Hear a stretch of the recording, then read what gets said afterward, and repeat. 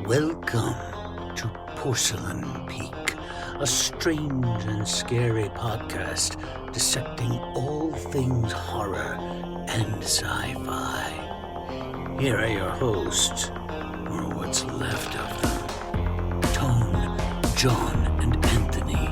Enjoy the trivia while you can.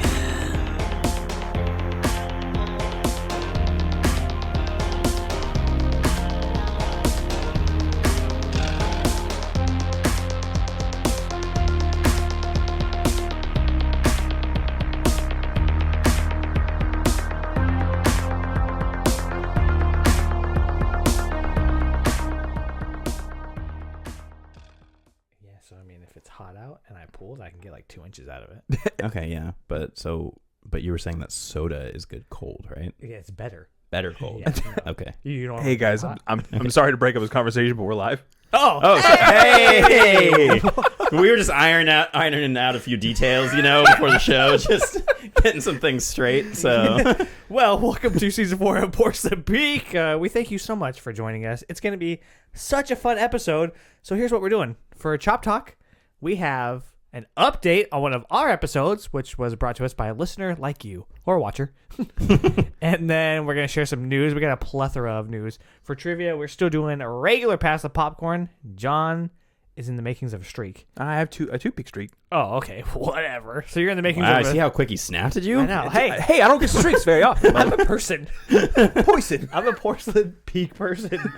Anyway, A for our partner main at least. discussion, we're talking about Sam Raimi's Marvel's Doctor Strange's in the Multiverse of Madness. And for our final cut, we're still looking at Sam Raimi and we're talking about Darkman. So stay tuned because we got a lot coming up.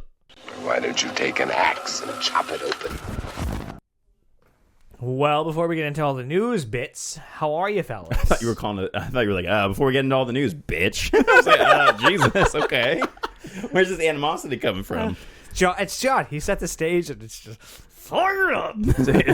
Doing well. I had a little in and out before we got to the show. TMI. That's a little bit of TMI. I also had dinner.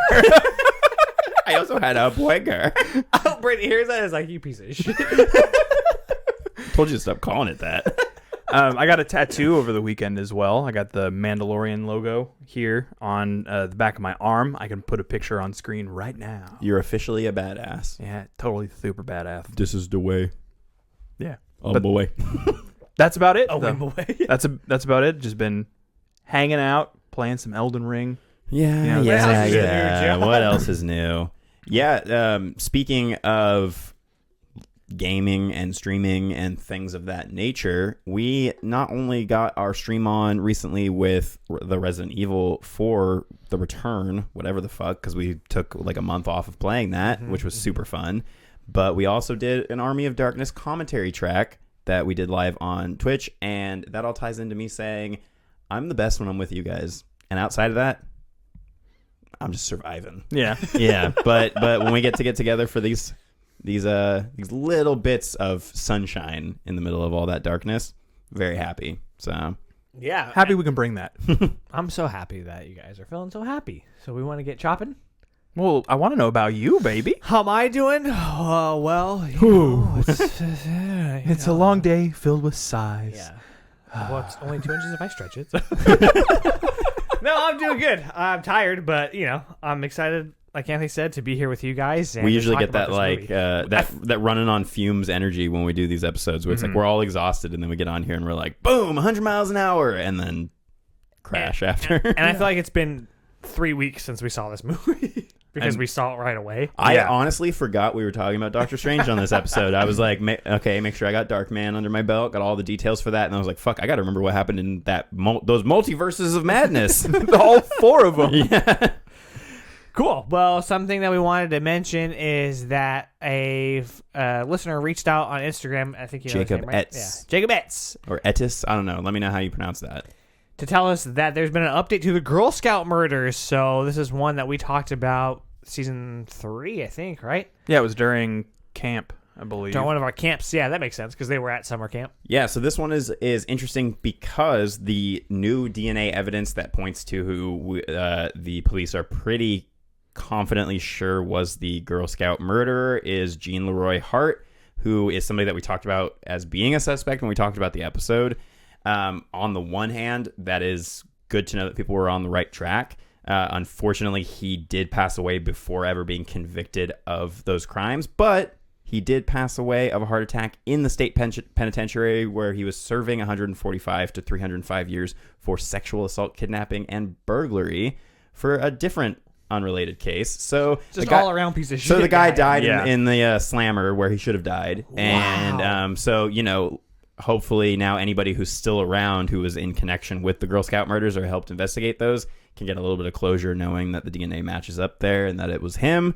Just sad that, he won't see his day in court like some of these old farts like the Golden State Killer are finally getting. Yeah, and I know that there were programs that were created because of this case. Like there were people who were involved, like parents and family members of the girls who like created like grassroots motions and helped to create things that, where they can try to fight with the law in order to try to make laws more stringent around specific things like this, so that way that people don't get away with shit like this anymore. So I think that there are net positives that came away from this. It's still just a terrible thing that those little girls were brutally murdered. Sounds like a conspiracy to me. The guy dies, then he's convicted, then they get closure. Something's fishy. You sound like World's pretty flat. much every clickbait true crime YouTube channel. It's just like, yeah, but what if? But what if it was the government? Yeah. It was an inside job. All right, and then we have hella news. Let's talk about Scream first. Yeah. Yeah, so just officially announced and confirmed is that Hayden Panettiere will be back as Kirby in Scream 6. In addition, the twins, Randy's sibling or niece and nephew, will be returning, and then the two main sisters will be returning, Jenna Ortega and the other one. So I'm happy that as opposed to something like Scream 4 where they introduced all of these new young hip characters and then they pretty much all got killed or whatever by the end of that movie and didn't carry over besides Sheriff Judy. Right. At least they are carrying over the surviving characters from the previous movie into the next one, which ties into what we said we'd love so much about the Scream franchise, which is continuity, and then bringing back a character from now two movies ago. That was a fan favorite. We used the clip of her for our trivia thing. Yeah, you're gonna hear it soon. Black Christmas, House of Wax, the fog. Yeah. It's one of those, right? Yeah. So that's very exciting. Still no news on Nev though, right? Yeah, but this is probably the first news that's come out that made me go like, okay, I'm excited because at least it sounds like they're still trying to maintain, like I said, the continuity of the series. So I'm cool with that. Speaking of things that are confusing continuity wise, there is some news that WB is considering replacing Ezra Miller with Dylan O'Brien as the Flash. We are big fans of Dylan O'Brien in this house. We are big fans of Dylan O'Brien. On top of that, Ezra we has love him been long time. Such a piece of shit lately. He Yeah, broke into someone's house recently. He's been assaulted arrested. people. He's been arrested at least twice in Hawaii for assaulting and threatening people, and I think that this is a super smart move if they do it, especially for this character, because it would be so easy for them to just be like, oh, he's a Flash from a different timeline, because that's what this entire Flash movie is just ways that they're rewriting the DC universe through his like time travel abilities. Plus, like I said in text, Dylan O'Brien was the Maze runner. He fucking has running experience already. He's honestly a better choice. They should have just gone with him to begin with. And I would be fine if they replaced Ezra in Fantastic Beasts, too. 100%. With him. Yeah. How about we just make it acceptable in Hollywood that if you're a piece of shit person, we're going to go ahead and just replace you with a different actor. And Just scrub you out. Yeah. Add somebody else in. Yeah, because there are other people who deserve the work. And you shouldn't keep getting paid millions and millions of dollars for Especially movies Dylan and O'Brien. franchises. Well, I think that he's a great actor. I just think he hasn't gotten the right project. Like, I think he can do it. I wanted him so bad for Spider-Man when they were casting for the MCU version when he was a little bit younger. Yeah.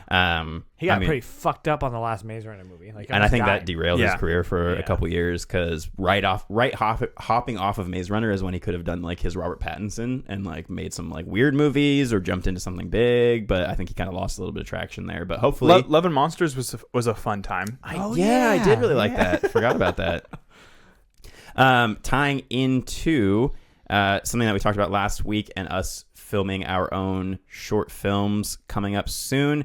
Another content creator that we're a big fan of, Chris Stuckman, posted on Shelby Oaks. Twitter that Shelby Oaks started its filming officially. Posted a picture of the Slate, the clipboard. Nice. clacker clapper. So very excited for him and see what he comes up with. Let's hope it doesn't fucking blow, because we will review it honestly if it does. It's cool though to see someone go from YouTube or whatever to now making a feature film like that. Yeah, it shows that it can be done. It's possible. And it's also been his dream since he was a kid. Yeah. I mean, I think that's fucking amazing. I love seeing dreams come true. David Cronenberg.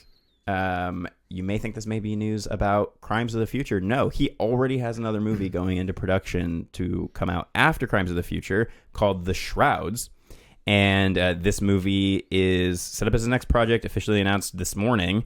It is him and Vincent Cassel from Irreversible on board to star. The film centers on an innovative businessman and grieving widower who builds a device to connect with the dead inside of a burial shroud. That sounds fucking sick.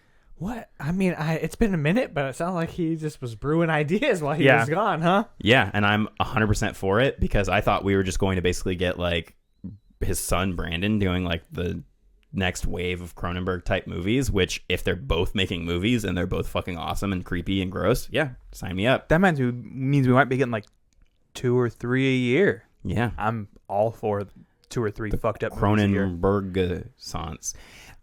Speaking of things that are Cronenbergerverse. Speaking of things that are gross, the Toxic Avenger remake is happening. Hey. Directed by Macon Blair, who is the star of Blue Ruin and was in Green Room. Okay. He is directing it. It is rated R for strong gore and brief graphic nudity. I have not seen the original Toxic Avenger, but I would like for us to tackle trauma as a subject matter, because that's where James Gunn got his start, and I would love to go back and do like Tromeo and Juliet, stuff like that. All I've heard is that filmmaker is a fucking weird man. Yeah, so I'm down. Speaking of things that are officially going into production, The Crow reboot is officially filming this summer in Prague and Germany, with Bill Skarsgård as the lead, as Eric Draven. So it is happening. Okay. And this is the first casting news that I've been like, yes, 100%. Yeah, but down. Also, don't do anything fucking stupid and take Bill Skarsgård from us. Yeah, I mean, I think before he comes back and plays oh, you mean killing him? I thought you meant just taking him to Prague. No. Okay. No, I meant the fact that the previous Crow was cursed. Well, don't worry. They made 3 other Crow movies after that, and none of those people died, unfortunately. Edward Furlong. Wow. And, Edward Furlong. Come on, Bob. Yeah. Also, for anybody who, I guess this is only news for us in the room, because this episode will already be out, but AMC is doing a Friday the 13th marathon this Friday. Pretty sick. So a little bit of news for us. And then the last thing I had on news, because like you said, we had a plethora. A smorgasbord. Ooh, I like that. Is tying into our main, or actually our final cut, is that a Darkman sequel is in the works, according to Sam Raimi, but apparently he is not going to be involved directly, but Universal is pursuing it. So I don't know if that means anything good or anything bad. I know Darkman has 2 sequels that I haven't seen because I've heard they are fucking terrible. So is Neeson involved with either like of the them? Return of Durant and then Die Darkman Die, I think. Yep. Yeah, and I know that at least in Die Darkman Die, it's Arnold Vosloo, who played Imhotep, who plays the Darkman character. So I don't know. I know Liam Neeson is not involved in the sequel or the thing, but we'll talk a little bit more about that when we get to our Darkman discussion. Yeah, Gun Jumper. Is there any other news that you had? No, I sent it all to him and he included all of it. I like literally right before I came over here went to our like info tab on the text message. Compile. It was like everything from the past week that we've shared with each other. All right, cool. Well, that will wrap it up for Chop Talk. I'm sure there's stuff we missed, but if you have comments on that, then shoot them over to us on Instagram, and we're gonna go ahead and move into trivia. That Christmas house of wax, the fog, piranha. It's one of those, right? Right? I'm ready. Please, John. Hit me with your best, John. Fire Hit me with your best, John. Play some tunes. Play some funky music, white boy. That's accurate. Your trivia tune this week is Trivia. Is it Darkman? No, but you're on the right track. Batman. Trivia. Is it Spider-Man? It is the main theme from Sam Raimi's Spider-Man. That was tough. Cool. All right, Love that we music. are playing Pass the Popcorn. There's a chance for 5 points if I say, or one of us says, the year and the genre. Then we can get 5 points, and then any clue after that will get you 1 less point. And I'll read to John. John reads to Anthony, and Anthony reads back to me. In typical fashion. Atypical fashion. John, you got a 1990 comedy. 1990 comedy. Dude, rip it. No, I'm not gonna rip it. I'm But are you going to send it? You silly? I'm still gonna send it. Hit me with the best quote. All right, man, here you go. You make $100 an hour, and you have a safety pin holding your boot up. I'm so good at reading. It's a skill. I want to rip this. I've already won 2 weeks in a row. Who fucking cares? Is it City Beyblade. Slickers? Wow. Beyblade. Pretty Woman. She was walking down the street, and she passed you by, brother. Yeah. You It's a goose egg. took a shot and you missed. Sometimes you just got to do it. And then you have a 2008 animation. Give me the quote. Too much garbage in your face? There's plenty of space out in space. Wally. It is indeed Wall-E. Wow. Nice. For 4 points. And he's on the board. Only seen that movie once because I think it made me emotional. Good. It's so good. Most Pixar movies, as an adult, I can only watch once because I have like an existential crisis during each one, and then I'm like, I can't ever watch that again. I cried too much. Why do cartoons make me feel? I have that same problem with Inside Out. Yeah, I've seen Coco twice and bawled my eyes out both times. Remember me. 1999 drama, Tone. Quote, please. Your quote is a tagline. Warning. Exposing the truth may be hazardous. What was the year and genre? It was a 1999 drama. The drama bomb. You know it? I think so. Oh, because you got that face. You got that shitting grin on. No, it's not like a. Go ahead and give me the cast there, bud. The cast is Russell, the Crow, and Al Pacino. Oh, they were in a movie together? This isn't the movie that I thought it was, but yeah. Is it A Beautiful Mind? It is not as The Insider. Oh, I don't know what that is. Never heard of it either. Wow. That's all what's right. tough about this game is that really it's anyone's game now. It's not in our usual wheelhouse. Yep. Yeah. All right. Well, Anthony's the only one on the board at 4. 2000 drama for you, John. 2000 drama. I'll go ahead and take the quote. We had that water brought in especially for you folks. Came from a well in Hinckley. Oh, shoot, what is it's really funny because it's on the same card. It's Aaron Brockovich. That is correct. Yeah. Wow. Damn. This is It was my reading, huh? No. No, it's just Is that Julia Roberts? it is. Like I said, it's Julie Roberts on both sides of the card. Double Julie. And then even 1985 science fiction film. Damn. I'm never confident with 85. Too many good movies. Give me the quote. Wait a minute, Doc. Are you trying to tell me that my mother has got the hots for me? It's gonna be Back to the Future. It is indeed Back to the Future. Good try. I had to do what I had to do. Tell me, Doc, that my mother. I almost read you the same one. Tone, you have a 2004 drama. Okay, I'll take a quote. The quote is, "Meet me in Montauk."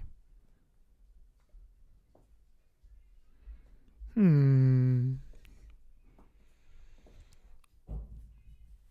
have a guess.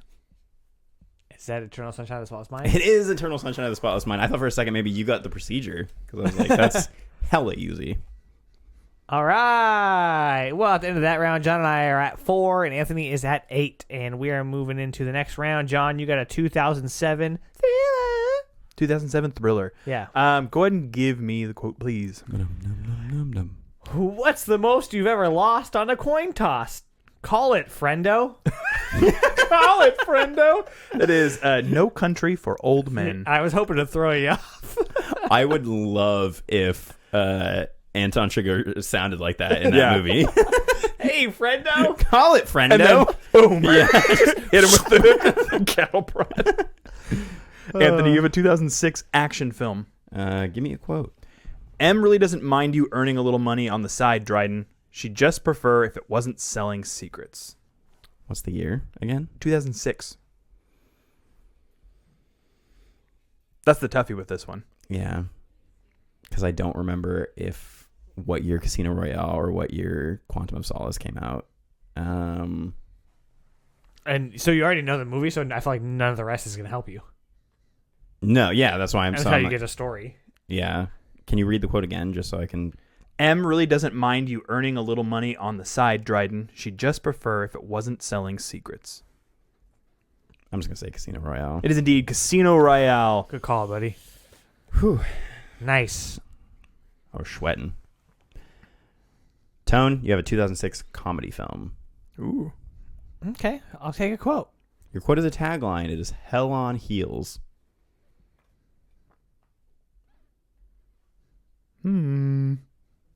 Is it The Devil Wears Prada? It is indeed. Hey, John, what's your name again? It's a Devil Wears Prada song from our Screamo playlist. Yeah.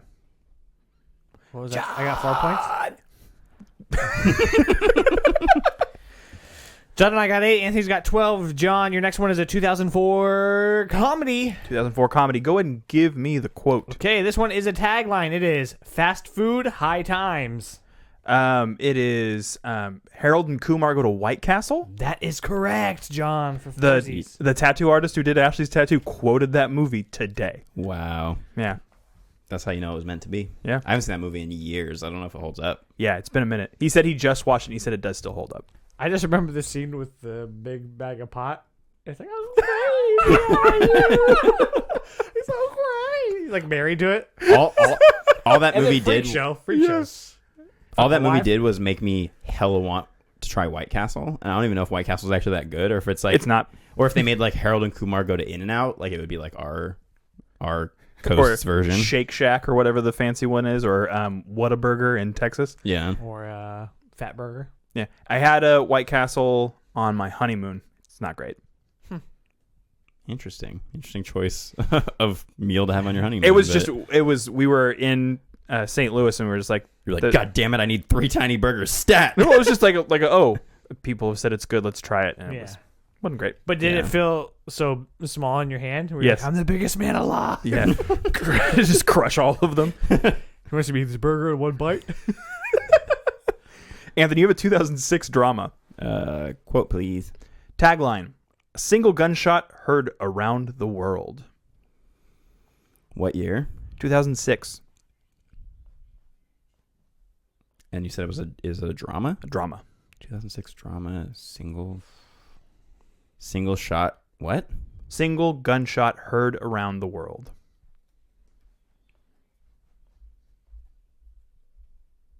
That's tough. Mm-hmm. I don't know if I'd have gotten this even through the rest of the clues. That's reassuring. Let me see. Oh. I'm trying to think of a movie where like an assassination is like the thing. The driving force of the film. what the whole movie is about. Because I don't think JFK is 2006 or about the assassination. Oh, that was my initial thought. And then I thought Malcolm X, but You do have a 4-point lead. Yeah. Go ahead and give me the next clue then. The cast is Brad Pitt and Kate Blanchett.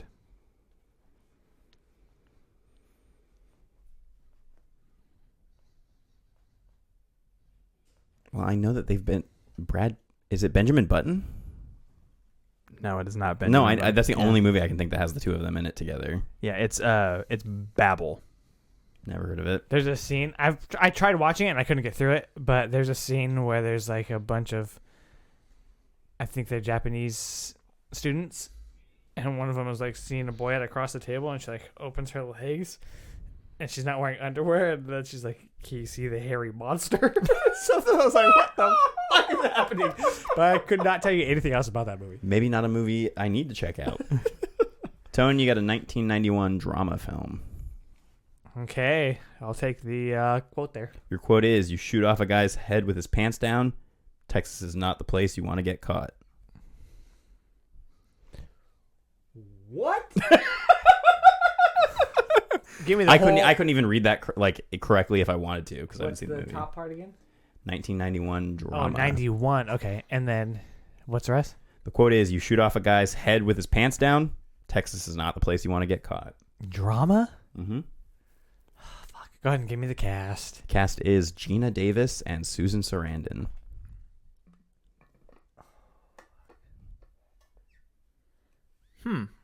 Interessante. I know what it is, but what's the name of that movie? Oh, you got to give me that information. Yeah, that's what he's after. Thelma and Louise. It is Thelma and Louise. Nice. Yeah, but that's still... Fuck. Okay, so John and Anthony now are tied at 12, and I have 11. Ooh. These games always end up evening out. Hey, your nose is starting to bleed. Is it? Because you're 11. Oh, my God. I was like, oh, my God. All that cocaine caught up with me. Having like cocaine flashbacks. I picked my nose earlier because I'm a big picker, and it was just hell. He's a picker. He's a grinner. He's a eater. He's a sinner. So that show American Pickers was about. Yeah, just me for half an hour. Yeah. Pick me a winner. 2008 fantasy, John. Moving on here. Give me the quote. I want you to curve the bullet. Wanted. That is correct for 4 points. I wanted you to curve the I bullet. wanted you to curve that bullet, please. And then you have a 2003 comedy film. Give me a quote, please. Temper's the one thing you can't get rid of by losing it. What year? 2003. Oh, I think I know. Let me see. That's what I thought, yeah. I'm just gonna take a wild guess and say, no. Actually, just give me the next clue. Jack Nicholson and Adam Sandler. Is it anger management? It is indeed anger management. I watched that on a school trip in the hotel room because it was what was on TV. And there's a scene where Jack Nicholson's just going like this across a room. And so I did that throughout high school with this one friend. Just Did you guys know? And I think this is absolutely fucking insane that when Batman and Robin was being made, Warner Brothers had another movie slated with Schumacher called, I think it was Batman Unchained, and the idea was going to be that they were going to bring back all of the villains with their respective actors from both Burton movies, from the 2 Schumacher movies, including Jack Nicholson as the Joker. And he was like on board to the point where he was like doing press saying like, yeah, we're making this movie. And then Batman and Robin came out and tanked super hard critically, and also didn't do great financially, but made a lot of money on toys. And they were like, never mind, we're not doing that. that's kind of a bummer. Yeah, it's like how crazy, or like the George Miller Justice League that we almost got. It's like there could have been entirely different trajectories for these superhero films. There's just never villain crossover. We get a little bit with Scarecrow, but even that's pretty secondary. Yeah, and I guess Scarecrow was supposed to be like the main villain of this 4th one, and that like his toxin was part of how all these villains were going to come back, like even the ones who had died. It was going to be like through visions and stuff like that. That would have been cool. But he wanted to bring back Clooney because he said that he was the best of the Bruce Waynes, and I'm like, I think a lot of people would probably disagree with you, including Clooney on that. Yeah. Tone, you got a 1997 drama film. Ugh, all right, I got a quote. The quote is, "You wasted $150,000 on an education you could have got for $1.50 in late charges at the public library." I'm impressed I read that whole thing without messing up. What was the year in the category again? 1997 drama film. Okay. Good Will Hunting. There you go. Yeah, I was trying to see if you were making a come on. G thing with your mouth. I was like, you got this. How do you Good Will like Hunting. them apples? Yeah, I was going to say math is for gayfers. All right. Well, John, you are in the lead now, and Anthony and I are tied at 15. You have 16. Don't do this. Don't give John a third Don't win. Don't do this. Don't give me hope. You have a 2001 Sifi. Sifi, give me the quid. Okay. Now, if you'll excuse me, I have a beam of light to catch. The fuck though? Ooh, sorry, it was not the fuck though. So Ooh, actually, really, for 2001 episode sci- 1, the fuck though. So 2001, excuse me, I have a beam of light to go catch. Yeah, more or less. Episode 1, the fuck though menace. Attack of the what the fuck? Oh, I want to rip it, but if I'm on the lead, I'm not going to do that. Go ahead and give me the cast, please. Jeff Bridges and Kevin Spacey. Oh. He takes all my parts. Yeah, I think you should just throw this one. Just throw the card entirely. Take the loss. Don't know if I know this. It's a pretty good movie. I'm going to say K-Pax. That is correct, yeah. Okay. Damn. Would you get 3 points? Yeah. I knew it was K-Pax after he said that, but I was surprised. It's You got it. It's weird that Kevin Spacey's not in the number 1 slot. Especially He was. You read Jeff Bridges first. Yeah. Did you? He was putting some Oh, respect on who deserves the respect. Okay. Okay. All right. That checks out. I was just trying to fuck you up. Anthony, you have a 1972 drama film. You think they're in the order that, like, they're billing? They should be. Oh. Give me the first clue, please. What was the first part again? I'm sorry. 1972 drama. Thanks for asking, because I needed to know. 72 drama. I'll make him an offer he can't refuse. Is it The Godfather? It is The Godfather. I was like, fuck, I don't know if that's The Godfather 1, 2, or 3. Technically, it's probably in all 3. Movies, right? What the we hope. It's not true, but we hope. All right, buddy. You have a 1998 comedy film, and a great one at that. Ooh, 1998. Hmm. Okay, go ahead and give me the quote. Okay, I'm gonna really try not to read this one in an obvious way. Okay. Good morning, and in case I don't see you, good afternoon, good evening, and good night. I could cry right now. I know. Okay, fuck. I know it's Jim Carrey Mm-hmm. because I could see him like. That's a good impression. The old rubber man himself. Is it The Truman Show? It is The Truman Show. True man. It is the Truman Well, Show. fuck. We are in a pickle here, boys. We're all tied 'Cause up. we are all tied up. At 21? 19. 19? Yeah. But math's hard. Yeah.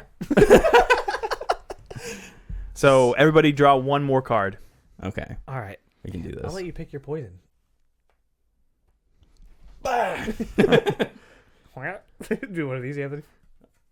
And then put something in his mouth. Isn't that what happened in Army of Darkness? I'll put something Is he in his went mouth. like this to one of the skeletons? Yeah. Yeah, and they like poke him in the eye. And then they come from the side. Yeah. Ooh, Oh, fuck damn. me. These are good. Okay. Okay, hold on. You're getting some bonus tiebreaker trivia. All right, John. Bonus trivia.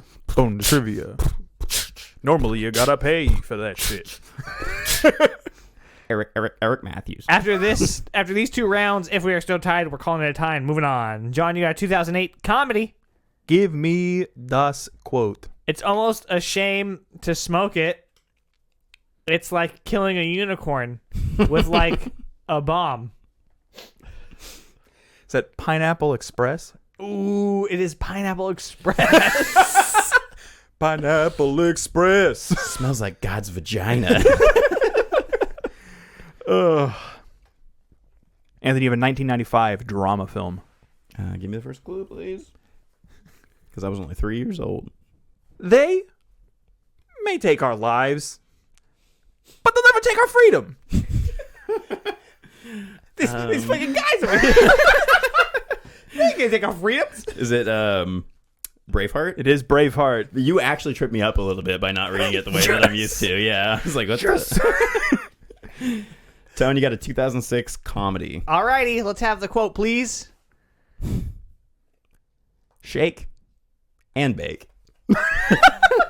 That is going to be Talladega Nights, something Ricky Bobby. It's the Ballad The of Ricky Ballad of Ricky Bobby, Yeah. but the card only says Talladega Nights, so you get the point. Hey, all right. All tied up still. Yep. John, you got a 2003 fantasy. I'm gonna kill her. Go ahead and give me the quote. Fuck me, dude. Okay. You gotta be kidding me. You see this shit?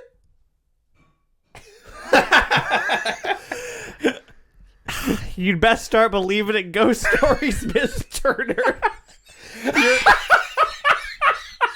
You're in one. Literally the only line we ever quote from that movie. A quote that you have said within the last 2 weeks. 100%.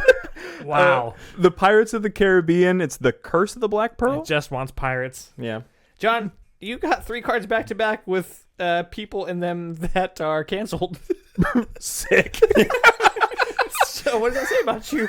just make sure to say that Porcelain Peak does not condone the views and opinions of some of the people on these. But we cards. will shit in your bed. Anthony, you have a 2000 comedy. I can't believe you got fucking pirates, dude. That's the hardest one I've ever had to read. Yeah. 2006 comedy? Yeah, No, give me- 2000 comedy. Oh, sorry, 2000 comedy. Give me the quote. Tagline: She's got a killer to catch. Right after the swimsuit competition. Oof.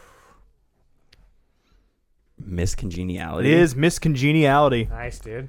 Her Sandra her, Bullock. Her new movie is on F2. But The Lost City with Channing Tatum and Daniel Radcliffe. Oh yeah, I actually wanted to check it out. It Me looks too, really funny. yeah. I watched the first 10 minutes of it and I was like, this is pretty funny. I also think she is fucking fine in her old age and at her young age. Tone, you have a 1996 action film. Ooh, that's cool. I don't think we've had an action one yet. I'll go ahead and take the quote. The quote is, "I have a unique knowledge of this prison facility. I was formerly a guest here." You know what that is? It's a very of course evil I do. laugh. Of course I do. It's an action movie? Yeah. From It's a great one. 1996. Oh. Oh, I could say so many things that would just open your mind right now. And if you haven't seen this, you have to see this. I haven't seen it, so I'm. You definitely gonna 100% check it out. should. Really? Yeah, Action? I know of it, but I wouldn't have been able to guess it either. from It the is quote. 1000% exactly what it says it is. I can only think of dramas. Read it again for me. It is a 1996 action film, and the quote is, "I have a unique knowledge of this prison facility. I was formerly a guest here." I don't know. Go ahead and give me the cast. Nicolas Cage and Sean Connery. It would have helped a little bit if he'd read it in the accent. Is I was it? formerly a guest here. You're I haven't seen it, but is it The Rock? It It is The Rock. Dwayne The Rock Johnson. Yeah. Okay. Yeah. You should definitely see it. It is one of Michael Bay's finest. I've heard that Ambulance is a lot of people's favorite of his since The Rock. A lot of people are saying that, and I've heard that the Ambulance isn't even that great, but that people are saying yeah, it's more back to form for him. Nicolas Cage's character's name is Stanley Goodspeed. Goodspeed Spider-Man. It's funny to hear Sean Connery say his name is Stanley Goodspeed. All right. Well, John and Anthony win, tied, Cool. and I got one less. So I we'll got count 2.5. Yeah, we'll count that as your tentative 3 streak, and hopefully this will be the start of a streak for me if I win next week. So What a tough round. Yeah. You guys were good Yeah. competitors. Good job, fellas. I like this though because it was starting to feel a little bit repetitive doing just the horror trivia because we had just gone through so much of it that we were having the same shit pop up all the time, and I like that we can have weird shit like Thelma and Louise or fucking Aaron Brockovich show up in the trivia, so it makes it definitely more challenging, and that's why I wore a black tee, because I'm sweating. Speaking of black tees, check that bad boy out. Yeah, I'm too lazy to get up, so John, throw a picture of the back of this shirt up on the screen for everybody to see. Yeah. Show me the other one.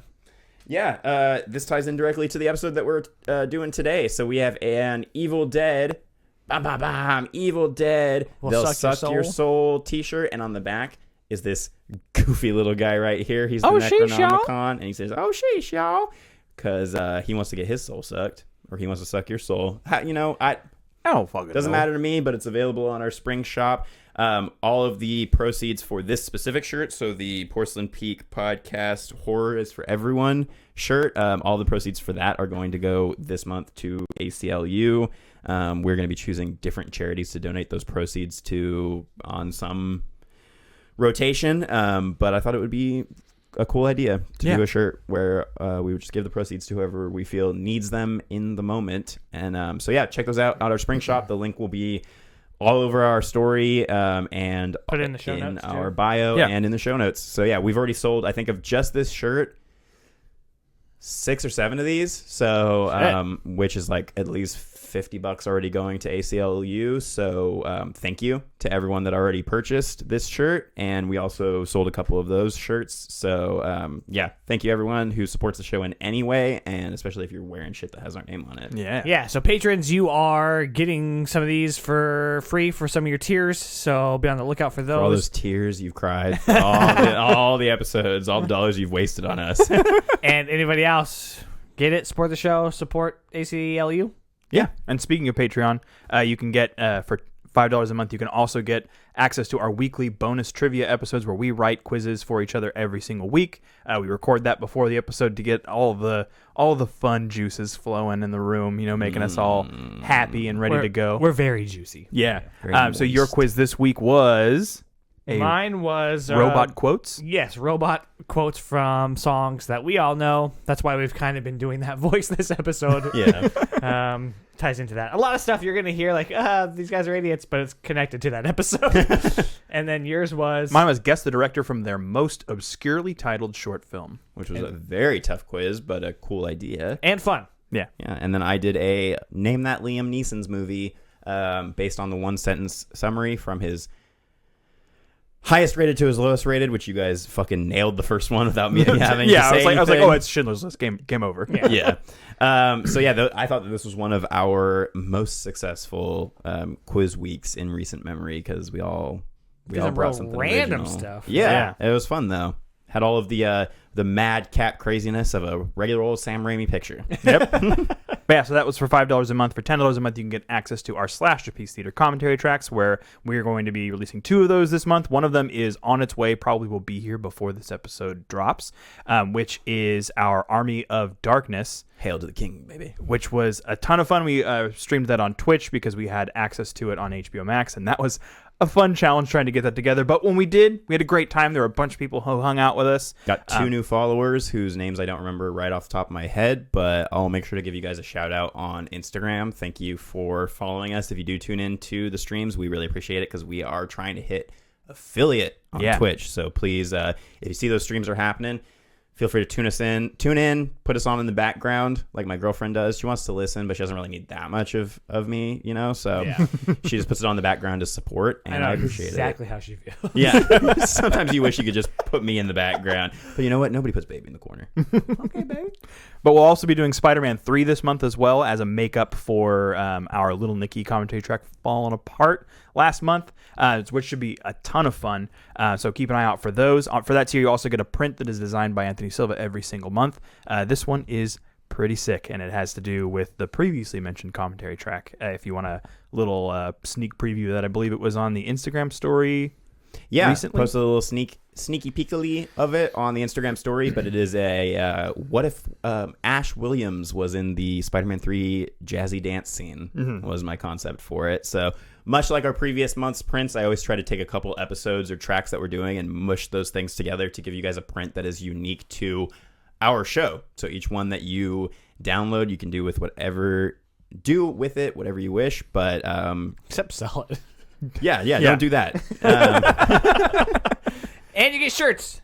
Yeah, for these. Yeah, for $20 a month, you get access to our producer tier, where you get early access to the episodes. You get a shirt every 6 months, as designed by Anthony Silva, like the one he's wearing and the one he showed you earlier. You get a shirt twice a season. And then on top of that, you also have the ability to give us cool ideas for the show. We've had some great episodes like the one that we mentioned in Chop Talk that were given to us by listeners who were at our producer tier. So that was something I would highly suggest checking out if you are willing to part with the Skrilla. And all tiers get you Ad-free listening. Is that right? Yeah, Ad-free listening. ad-free listening, and a handy little timestamp to skip the ads in the video format of the episode. You heard it here first. Hey guys, Patrons get handies. no tears. It's a waste of good suffering. All right, so yeah, speaking of those ads, we are going to run those ads right now, and then we'll be right back with our main discussion on Doctor Strange in the Multiverse of Madness. Charles Lee Ray, take it away. And now, a word from our sponsors. Hey Tone, what's that you're drinking? Oh, this is a nice tall mug full of mud water. What in the Sam Hain? Sam Hain is mud water. Mud water is an all-natural coffee alternative that has immune benefits and helps with sustained focus without the jitters and crash of coffee. What's in it? What's it taste like? What's the deal? It's made from chai, cacao, reishi, cinnamon, and more, and tastes like a chocolatey chai. How often do you drink it? I personally use it every day, and as you creeps know, I'm pretty sensitive to caffeine. I once saw you look at an energy drink and you stayed up all night. That's a true story. But I can have mud water in the morning, in the afternoon, and in the early evening without feeling anxious, weird, or having trouble sleeping. Whether you're running around Crystal Lake, pulling a blanket over your eyes, or stressing on which episode of Porcelain Peak to listen to next, mud water has your back when the going gets tough. As Tone mentioned, mud water contains reishi, which has been used in Chinese medicine for over 2,000 years and nicknamed the mushroom of immortality. As a key ingredient in mud water, reishi will give you added support for your capacity to handle stress while supporting a healthy immune response. Check out our affiliate link in the show notes to get mud water, creamer, sweetener, even a frother if you're feeling froggy, or go for the starter kit like I did, which includes a killer recipe booklet. That's mudwtr.com, or use the link in our show notes to help out your favorite podcasters. Hey, you want to see something really scary? Hey, welcome on back. We're going to Hey. keep going here. We're talking about Doctor Strange. In the Multiverse of Madness. Yeah, directed by Samuel? Samuel Marshall Raimi. Yeah, is that Power right? Tools, Raimi. I think so. We should know at this point, right? Yeah. Directed by Sam Raimi, his first movie that he has directed since Oz the Great and Powerful, Which was, I think, 10 years ago. which is crazy. Yeah. Yeah. And we'll talk more about what he's been doing in the interim when we get to that. Probably next week or the week after, because he's basically been taking on a producer role, but we can talk about some of those movies and their varying success. Yeah. So, yeah, let's jump right in. The last Doctor Strange was, what, like 2008? Like, it's been a while. No, maybe It's not that like long. 2011 or 12, maybe Yeah. a little later. It's been a long time. I had only seen this movie. Directed by Scott Derrickson, who also was in the Did the horror Gabagool. genre for a while. Here and there, coming back to it, actually. Exorcism of Emily Rose, one of the Hellraiser movies. Yeah. Yeah, and originally he was attached to do this one as well with the same concept, so the Multiverse of Madness, making it very horror themed, which makes sense. He wanted it to be basically Doctor Strange is in a haunted house. Rather late into production, he was shuffled off in typical Marvel Disney fashion, where they just said creative differences, which a lot of the time means they didn't agree with how like spooky he wanted to make it or whatever it was, didn't agree with his vision. So he was replaced pretty late in the process by Sam Raimi. Oh, I didn't realize that. Yeah, so this was not Sam Raimi's entire vision from front to back, which I think you can kind of tell when you watch the movie. But do we want to give just kind of brief thoughts on what we thought of this one before we go into like spoiler territory? Because the first Doctor Strange I rewatched before going to see this, and I actually enjoyed it quite a bit. There's a lot of good comedy. I think Benedict Cumberbatch is pretty darn good. Like, for some reason, I thought that I didn't like him as the character, and I think it's because, and we'll talk about this, he's kind of inconsistent between movies. But I really liked his portrayal in the original Doctor Strange, and I loved all of the crazy fractal visual stuff, which is what I wanted more of in this movie. You have the benefit of having a nice new TV as well. Yeah, that stuff, and they have it in like the new IMAX Disney Plus thing where the screen goes for like the crazy fight magic sequences, and it looked amazing. And that movie, I think, holds up pretty well, especially when you realize watching it how basically every other scene is setting up the next 5 years of the Marvel Universe, because they talk about the time stone and they talk about the dangers of time travel and being able to see like the outcome of the future and which one is the right one and all this stuff. And they talk about the multiverse and how it's dangerous, which Dormammu and Dormammu and the kind of all lead it up to where we are now, which is a supposedly mad, crazy multiverse.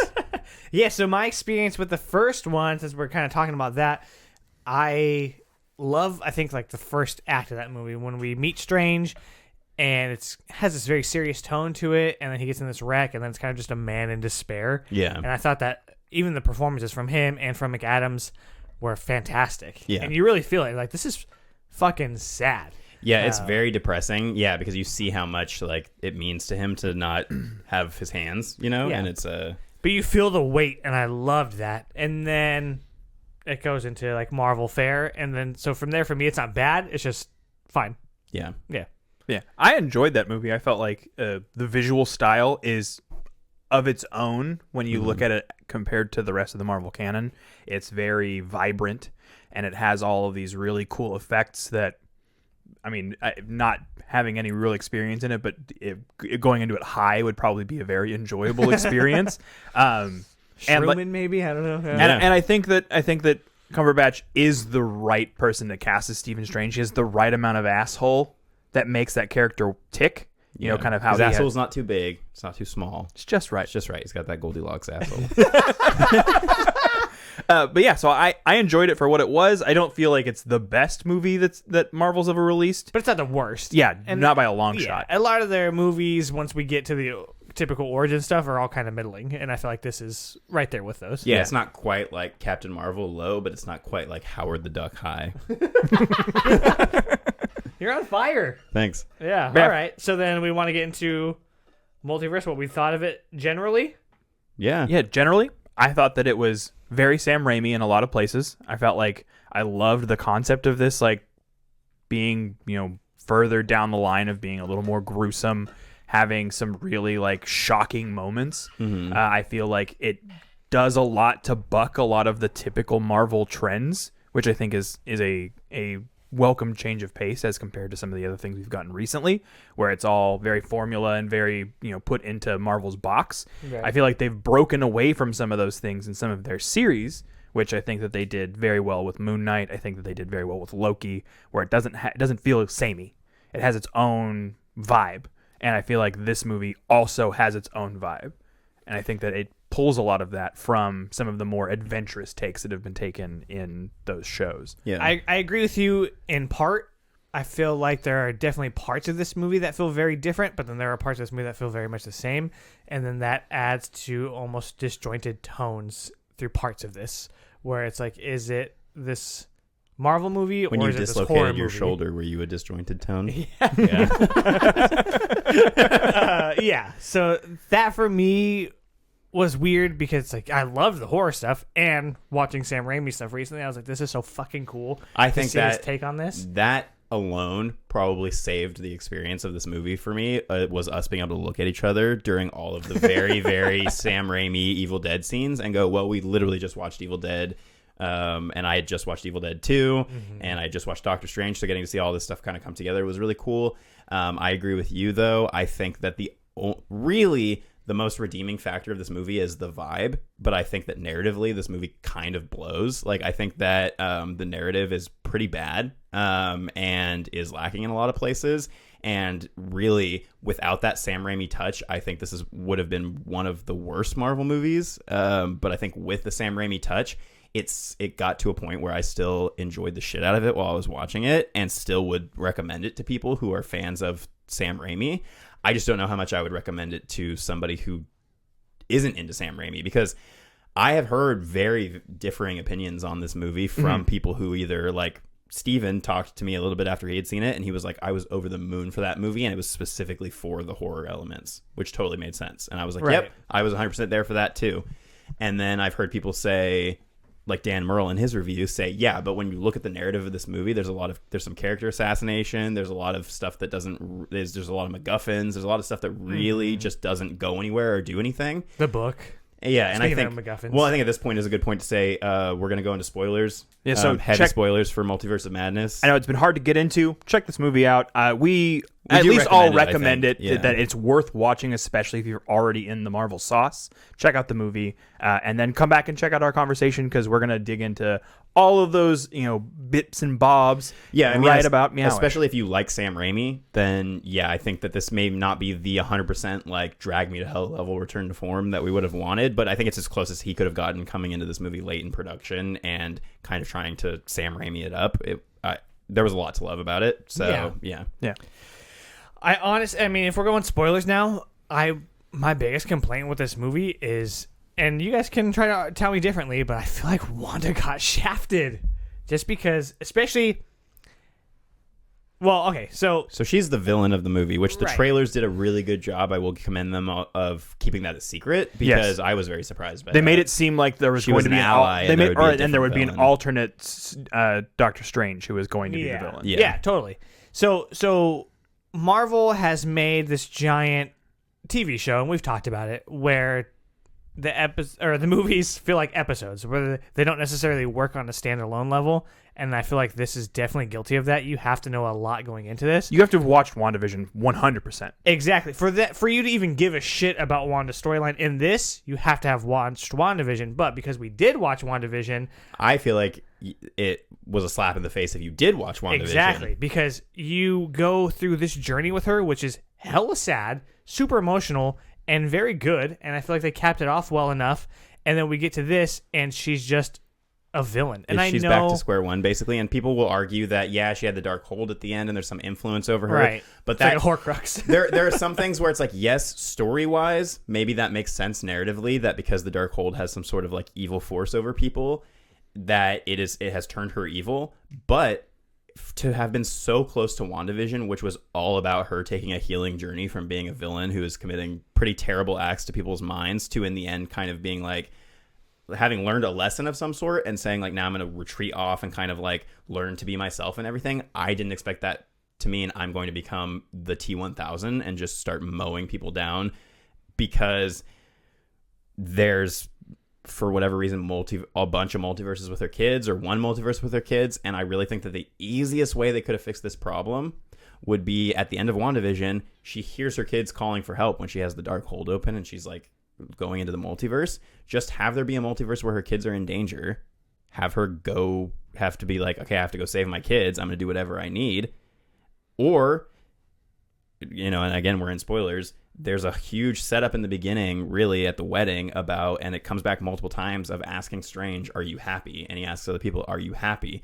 What if the plot of the movie had been Strange looking for another version of himself who is happy, who didn't get fucked up or didn't make the decision to, because they even bring up the whole thing about how like there are some people who hate him because he made the decision to give up the time stone and made everybody disappear for 5 years, and they're like, are you sure that was the right decision? Maybe he finds a multiverse where they made a different decision and he sees a better life or a different life, and then he realizes Strange basically takes a backseat in his own movie to Wanda's new villain thing. And that is not at all a knock on Elizabeth Olsen's performance, because I think in everything she's been Scarlet Witch in, outside of like a shaky accent, she's been phenomenal. Yeah, especially in this. And in this, I think her performance is heartbreaking, but she really doesn't get any sort of like character growth that feels like anything until like the end of the movie. And then it's just a repeat of the Doc Ock like pulling his fucking thing into the river and going like, I'm going to be a good guy now because I'm going to destroy this thing that I built. Yeah. So I'm guessing you did not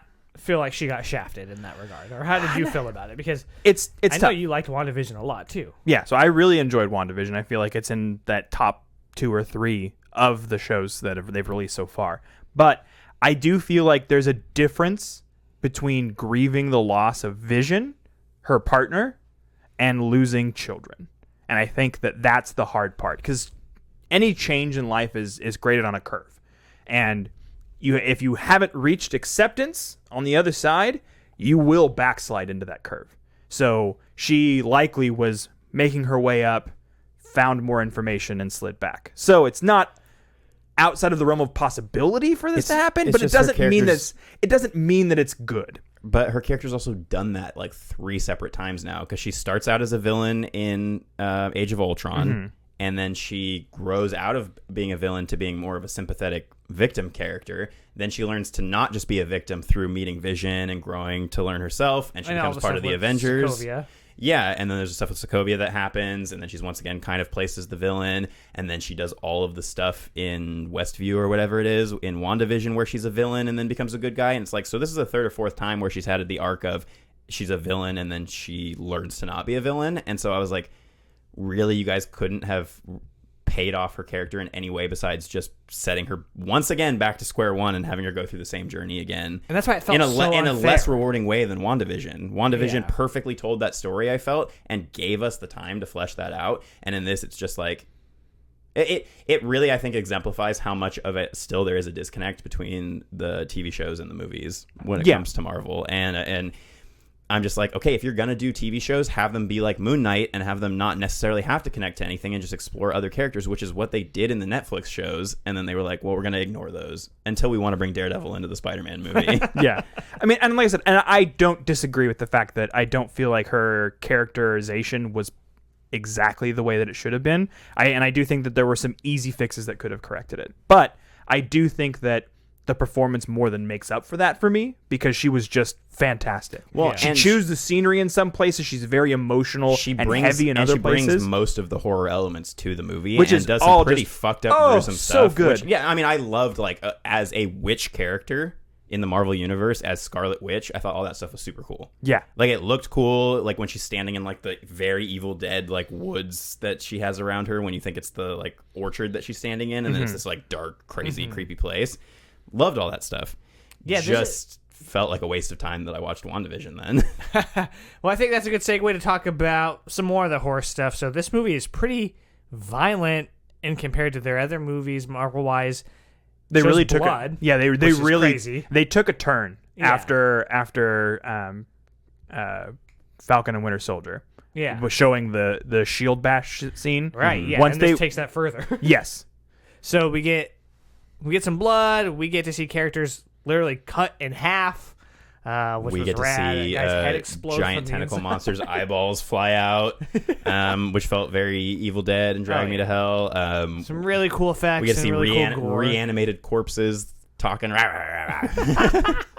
Yeah, so again, the Raimi stuff is fantastic. And there's a lot of other Raimi stuff that isn't necessarily horror that I appreciated, where like, because we've been so entrenched in his stuff and I've seen the Spider-Man movies so many times, his New York feels like the Spider-Man New York. Like when he's going around and Strange is running around the streets and everything looks, you can tell he shoots New York in a certain way, and a lot of that I think comes down to the extras. He loves having like just over the top extras, and if you watch the extras in Spider-Man, it's fucking hilarious. There are some amazing people in the background who are just like,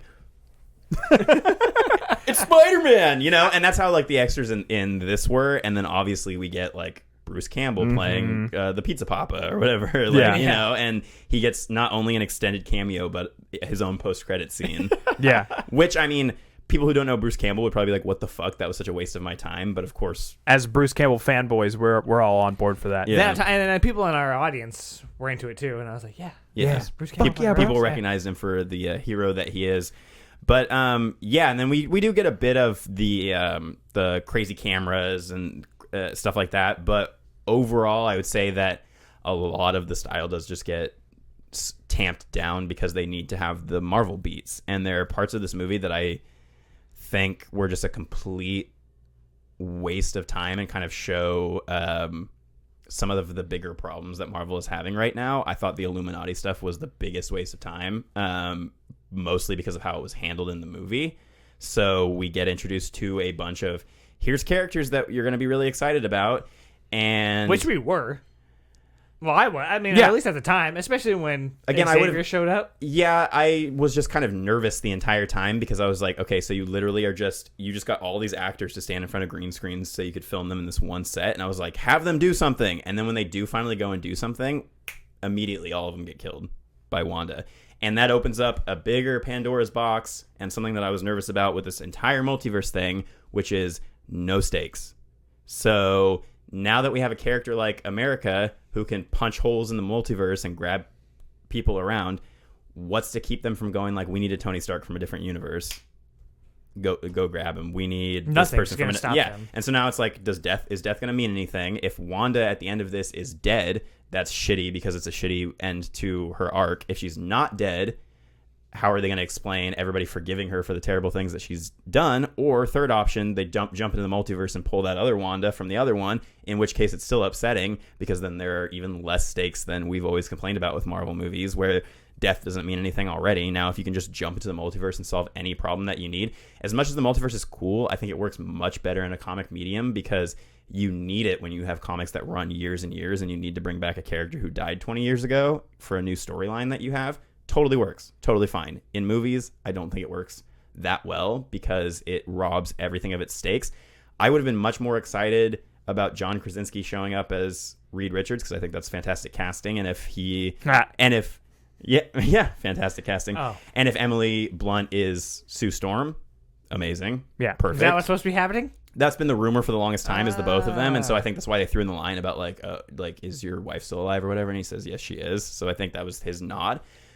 But those characters all just got killed, which leaves the question of, one, is that going to be the Reed Richards we're going to see in other realities? Is it still going to be John Krasinski, or did they literally cast him for the 5 minutes that he's in this movie to Quicksilver, I spaghettify him? guess. Yeah. And I'm like, it really just makes a huge mess out of any sort of excitement I would have for these cameos. Like even Professor X showing up with the little like na na na na na like X-Men music. Yeah. I mean, I thought his yellow wheelchair from the cartoon. Some things don't translate from animation to live action, okay? And your giant dopey fucking So fan yellow service, sure. Did that bother you, or were you just like, ooh? I was pogging the fuck out, man. I was loving that shit. I just, as soon as they popped up on screen and I saw how they were all set up on there and how inorganic the whole thing felt, I was like, oh, so we're just taking a detour from the important part of the movie, which is the plot, to shove in a bunch of cameos for other stuff. And I was like, cool, if that's going to mean literally anything, one, for this story, or two, for any future stories. And the answer to both was no. I think for what it's intended to show is that that they have the ability to use these characters, so they will be used in the future. Don't know how, in what capacity. We'll find all that out later. That's not a problem for me now. I think what they do show is how powerful Scarlet Witch is without going too far outside of the formula, which you can take or leave that quality. But I think the fact that this is supposed to be considered, when being used in the X-Men franchise, as an Omega level mutant, like the best of the best, the most powerful people. She makes all the mutants disappear at one point. Yeah. Yeah. She's very, very over the top powerful. And I think that this is kind of showing, she's just not beatable. Like you can. I kind of already got that when she took out all of the fucking sorcerers at Doctor Strange's but some of temple those place. were like intern sorcerers and like they're like the protectors of the realm, and she just shows up and is like, kill yourself. Hating on me. Which was a cool scene. I did like what she was like trying to influence them by like that was creepy. Yeah. Again, when like she just shows up in the background, just like. And I did love when Strange goes up and flies and talks to her, and then he comes back down after fucking the whole thing up, and he's just like, nailed it. And I was like, that was a good, like, funny Strange moment, which I wanted more of, because I really felt like he was a really passive character in this entire movie, because Talk about some of the inconsistencies with his character that you mentioned earlier. So in Strange, I really like his character because he's very comedic, which I wasn't expecting, but he is super smart, like full of himself, comedic, and he has to kind of learn to be a little bit more humbled.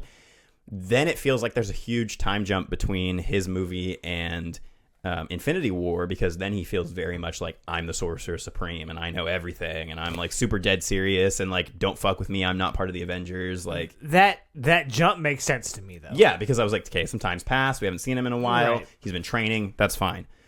Then he shows up, and this is where we start to get into a mess with the fact that Multiverse of Madness was supposed to come out before No Way Home, and it doesn't address any of it. Barely. He says, I did some shit with Spider-Man. But it doesn't. But that's it. That's not enough to address. well, and the tonal America shift character at was that supposed to be the one who brings Andrew Garfield and Tobey Maguire into the universe. She was supposed to be introduced in Multiverse of Madness, and then she was supposed to be in No Way Home, and she was supposed to do what Ned does. They had to rewrite that to have Ned suddenly learn how to be a sorcerer in No Way Home, because everything got flipped around, which again is like, yeah, I mean, I know COVID was a thing, and so it's not as much their fault, but when you're trying to intricately tie together your continuity, like, it starts to become apparent when there's a lot of rewrites and things and shuffling things around. And yeah, so then character inconsistency, obviously.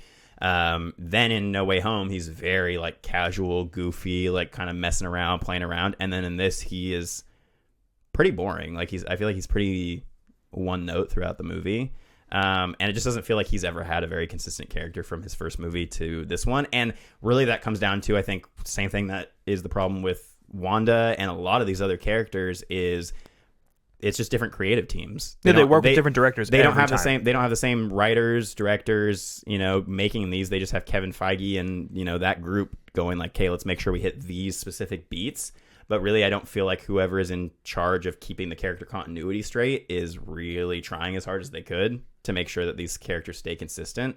Which again, you could say in comics, different writers mean different character consistencies. But again, that works in comics, not so much in movies. This is the reason why Civil War to Endgame is the best section of the MCU. And the reason why all of those movies work so well is because the Russo brothers had their hands in almost all of those movies in some way, shape, or form. Keep that consistency. Yeah. So there's somebody at the head who's like, you need to get me to the point at the end where Tony Stark goes like, I am Iron Man and shit is over. And that's a fucking beautiful character arc that we're missing out of the newer characters that we're following, or like these other characters that we're following. Is really from Civil War to Endgame, it's Captain America and Iron Man. Like it's their characters kind of being the driving forces behind a lot of what's happening, and and everything feels like it naturally branches off of actually really Winter Soldier. I don't know if you saw it, but Winter Soldier through. I think that the only problem that drops off if you go all the way out to Winter Soldier is that Age of Ultron is in there, and Age of Ultron feels like a weird side detour by comparison. And we don't like him anyway. So. Yeah. But that's a super good point, and I think that now it's great that they're bringing in different creators. I was excited about Sam Raimi coming in, but I don't think that Sam Raimi could have fixed, or really was in a place to fix the larger problems that the MCU is starting to face with having the multiverse and having so many different hands in different pots. Because now they not only have 2 to 3 movies coming out every year, but they have 2 to 3 TV shows coming out every year that are supposed to be tying into everything. And I think they're kind of starting to bite off a bit more than they can chew. I know that all of this is supposed to be leading up to Secret Wars, supposedly, as like the next big Infinity War type thing. They need to call the Russos. Throw out a line. They've got people in place for certain things, and if they call the Russos and say, "Hey, we need a tie-in movie that brings everything together. Here's the idea. Do your shit." I think the Russos, if I were them, I would be like, "Yo, I fucking did so much for you already." Like, and so good. Yeah, and I can't imagine how exhausting and just mind-bending it was to do Infinity War and Endgame, like to pull those movies off and have them be as good as they were. No, I totally agree with you. But like like if I was them, I wouldn't come back. I would be like, cool, I did my time. I got my money. I did some cool movies for you guys, and now I'm gonna go off and do all my the rest of my stuff that I want to do. But I agree that they probably do need somebody outside of Kevin Feige who is on a smaller film-to-film scale, making sure these scripts line up. Because Joss Whedon kind of did that in the first phase, where toward the end he was making sure that things in Captain America and Thor and stuff tied into his Avengers movie once they brought him on. And the Russos, like you said, did even better. So I feel like they need somebody to shepherd this third phase that they don't necessarily have. Yeah, because at this point, or phase 4. What phase are we in now? We're in phase 4. The big names that you have aren't going to be those people. I want to keep my Taika Waititis and my James Gunns. I want to keep them with their segments because I don't want them to take on too much and then suffer the quality of those segments, because I think that Thor Love and Thunder is going to help solve some of these problems because it's going to be fun.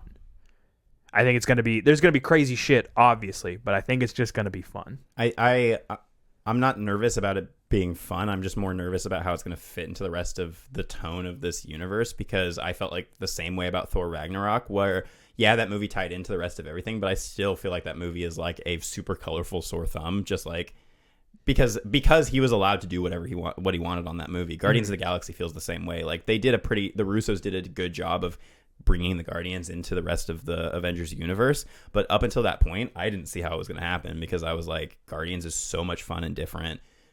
Ragnarok's so much fun and different. Love and Thunder looks so much fun and different from all of this other homogenous Marvel shit that we're getting. We're pretty hard on Strange right now, but you I mean, we weren't also as hard on it. So well, what? we also began the conversation by talking about what we did like, which was the horror stuff and Right, but I want to know what, because I mean, you said you loved it, right? So what really like set you in stone about like, fuck yeah, this movie? I just felt like it toned up all the things that I want and don't expect from a Marvel movie. The violence, the horror elements, the visual style. It's unique and it feels like something like completely different from anything else they've done, even in the previous Doctor Strange film. Those things are all great for me. Okay. So I mean, those are enough to carry me through to be like, oh yeah, I had a fantastic fucking time with this movie. Doesn't mean that it's great. Yeah. I mean, it just means that I really liked it. Well, we talk a lot about that on the show too, about separating like versus what was well made. Yeah, I mean, and I feel like this is an instance of that where that could really be discussed. Yeah, I mean, and I think that if we're talking about negatives, I feel like America as a character is a human MacGuffin. Mm-hmm. And not only that, they on top of that add another MacGuffin with the fucking book that can do whatever you want. They literally are like, it's a book that can do anything you want it to do. On both ends. There's the bad book that can do whatever you want that's evil, and the good book that can do whatever you want that's good. The Bible and the Antichrist Bible, I don't know. The Church of Satan Bible or whatever. Yeah. Yeah, well, Hail Satan! And I felt like we didn't get that many universes. Like, we're in the between world, right? I made the joke that it was like Doctor Strange and one multiverse that's actually kind of chill. Because they go there in the New York, it's like, yeah, okay, I can put up with free food because she talks about how you don't have to pay for food there. And then find you out go, that she did have to pay for food for there. Yeah, and you go on red instead of green. And I'm like, if I have to put up with that, but everything's covered in gorgeous plants and John Krasinski is Reed Richards, that's cool. There wasn't a ton of madness, and there wasn't a ton of multiverse travel. I was for a movie called Multiverse of Madness, I was expecting more than just the one scene where they're flipping through all the multiverses, and he's like, there's a paint universe? Yeah, which was cool, but we saw it with everything everywhere. Yeah. That's also something that puts a little bit of a shadow over this movie, is that we literally just saw probably the best version of a multiverse movie that could have been made. Yeah. And so seeing this as a follow-up and seeing how really little it did with the concept was kind of surprising to me. I was trying not to go in with big expectations, but I think that we were led to believe for a long time that this was going to be kind of like the thing that was going to set fire to this phase of the MCU, and I don't feel like anything's more like the stakes are any higher or anything's any different after this movie than it was, except we saw a few characters that exist somewhere in the multiverse that'll probably come back later. But I think we were expecting that like Loki and WandaVision and all this stuff would kind of tie into the big multiverse breaking event that this would be, and it really was not any of that, which is fine. It doesn't have to be what people expect it to be, and that really wasn't where my problem was. I was totally fine with it being just a spooky haunted house Doctor Strange movie, and the parts of it that were I loved. Mm-hmm. And as much as I've like harped on the things that I didn't like about the movie or that didn't work, I still had a fucking blast with it, and and I still am. When we get to ratings, it still has a positive rating for me because of exactly what you're saying, which is it pushed the things that I wanted to see Marvel movies push a little bit more. I just wish that it had not had to follow the formula and suffer in the plot in order to do some of those things. So absolutely, 100% agree with that. And I think the biggest thing that this movie fails on is the thing that we've been sold on as the entire process for this has gone through, and they've talked about this being kind of the linchpin to make everything work, is the rubric.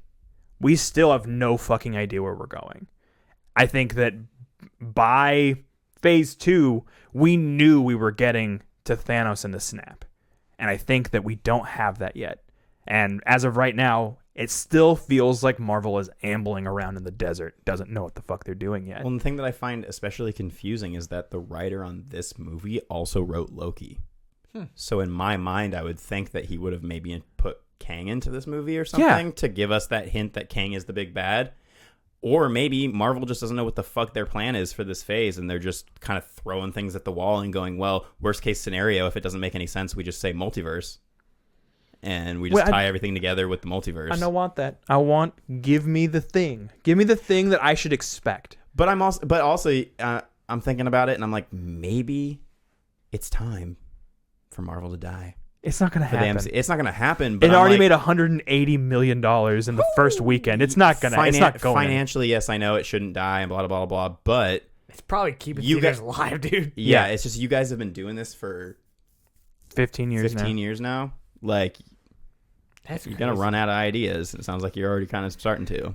I still look forward to them every time, and I still walk out of most of them being pretty positive. I mean, Which is- I'm stoked for Love and Thunder because Yeah. it just looks like it's gonna be a great time. And Yeah, I would say obviously it's gonna Volume be, 3. I'm ready for Volume 3. I've been ready for Volume 3 for years. Seems like Love and Thunder is going to be a bit more of like a personal journey, yeah, more of like a coming of age, I guess. And I'm good with that Me too, because, like, yeah. I mean, look at Moon Knight. Moon Knight is a sectioned off story that doesn't have anything else to do with any of the other shit in the MCU, and it was fun, and it was creepy, and it had good vibes throughout the majority of the show. Obviously, we had our complaints at the end if you want to check out our previous episodes for those discussions, but I do think that having these more personal journeys with some of these characters, even if they do bring in some other people, like the Guardians are going to be in Love and Thunder according to the trailers, so I don't know how much their involvement is actually going to be, but there's going to be some other characters in there. But it doesn't seem like it's about all the other shit that's going on. It seems like it's just about Thor dealing with his shit. And they're not even really marketing it as a big action movie. They are marketing it as like his story, and I think that's really cool. And really, I think that what I would like to see with the multiverse is instead of making it these like giant multiverse hopping romps, just use this as an excuse to kind of do what DC has been doing, which is just reverting back to doing like really heavily creator vision focused solo films with characters that don't really tie into any, like the Batman, Joker, like making these Shazam, making these movies that are like, this is a creator's vision for this character. Doesn't really matter how it ties into everything else. Cool, go. And Marvel could do that and just say, this is one multiverse. This is another multiverse.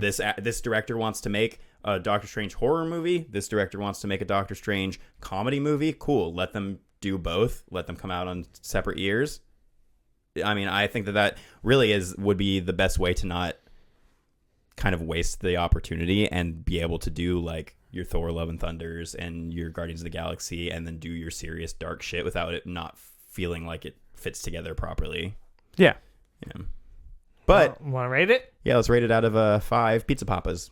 Pizza Papas?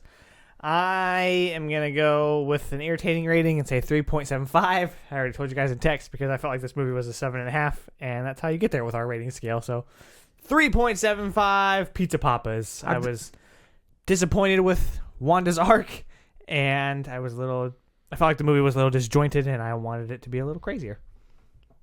Yeah, I think that all those things are fine points. I'm at a 4, so I'm not that far ahead on the scale. I think this is a very good movie for certain reasons and a somewhat frustrating movie for other reasons. But those good reasons will win out for me when you add Sam Raimi flair, fucking horror shit, people getting fucking murked in crazy, innovative ways that I've literally never seen before in my life, and having fantastic performances like Elizabeth Olsen.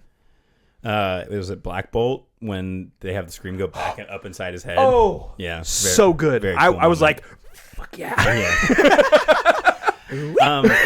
666 I kind of already knew what your ratings were going to be because I think you told told us, you, yeah. and I assumed a 4 for you.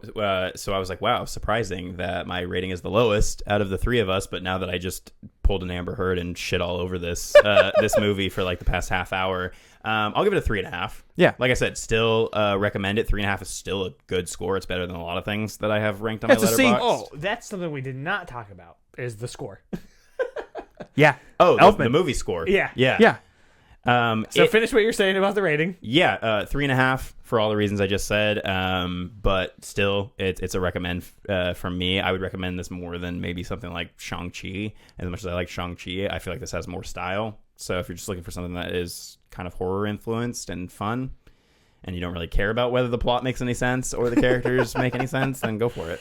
Yeah, so before we end, I do want to talk about Elfman's score. It's parts of it very Elfman-y, and then parts of it are so fucking weird and experimental where he just has like synths and crazy guitar riffs, Yeah. and then there's this big, massive music battle that I'm pretty sure I forgot about the music battle. This is another thing that just like it just spoke to my soul. And I'm pretty sure it has auditory Easter eggs. Like those are all songs from, because I think Ashley the intern, Actually, Porcelain producer Ashley. there the we intern. go. Mentioned that something sounded like Phantom of the Opera. So I'm pretty sure he was pulling influences from other parts. And really weird scene. Doesn't super fit, but it was so much fun. And then hearing Elfman kind of mix up his shit was cool. Yeah.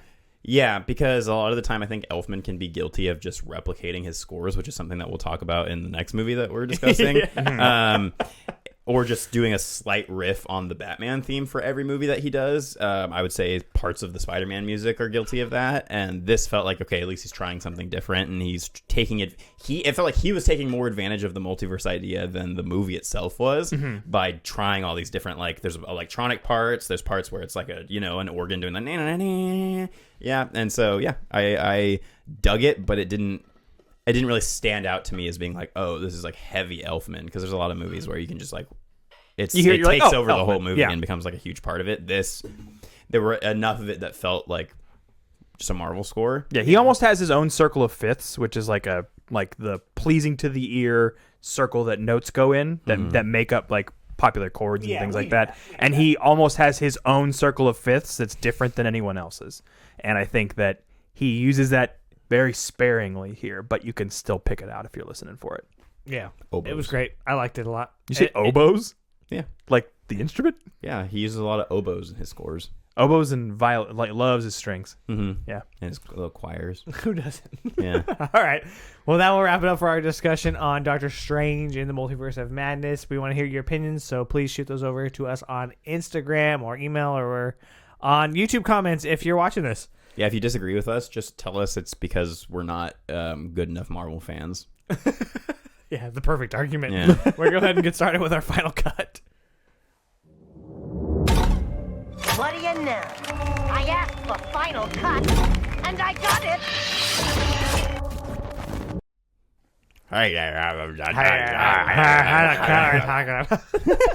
Hey, for our final cut, we are talking a little bit more about Sam Raimi. Anthony's taking the reins on that this week, and then we are diving into Darkman. So we did skip around his catalog a bit just because he has a bunch that we didn't want to watch all of. Well, we kind of wanted to trace the trajectory that led up to Doctor Strange in the Multiverse of Madness. Exactly. So Evil Dead to kick things off. This one as a precursor to him doing superhero stuff, and then obviously Spider-Man. And then we wanted to do Drag just because it's fucking tight. Yeah. Why would you not? And then that's how we're going to end it, right? Yeah. Yeah. And we covered some stuff on the commentaries like we mentioned earlier. Plus, Drag, I think, is arguably one of the best PG-13 horror movies. If you have the opportunity to watch that with surround sound, that movie is an amazing movie with surround, or I'll probably watch it with my AirPods with noise cancellation on. But yeah, let's talk a little bit about, we don't have as much to go into this week because we covered a lot of his early career last week. Well, that was a weird noise that my throat just made. That was the demon inside me. So we stopped at right before Darkman, right? We did, yes. Yeah, so to give it a little bit of backstory here, I know you had mentioned that Sam Raimi had attempted to adapt The Shadow into a movie. You did incorrectly state last week that was the Billy Zane movie. I did, yes. I said it was the Alec Baldwin movie. You were correct. I was thinking of The Phantom. You were, yes. It's the same fucking thing. So he not only wanted to do The Shadow, he also was in the running to direct Batman, but didn't get it. So he was like, well, I wanted to do Batman. I want to do The Shadow. Why don't I just make up my own character and get Danny Elfman to do the Batman score for it?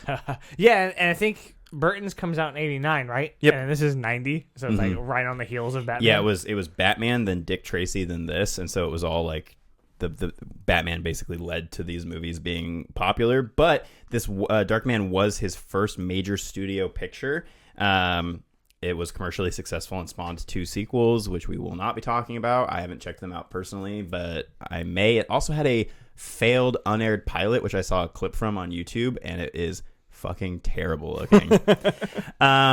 But with Darkman, the kind of backstory to this movie and how it was made was much like it seems like a lot of Raimi's studio movies, a complete shit show for him to put together and to get made.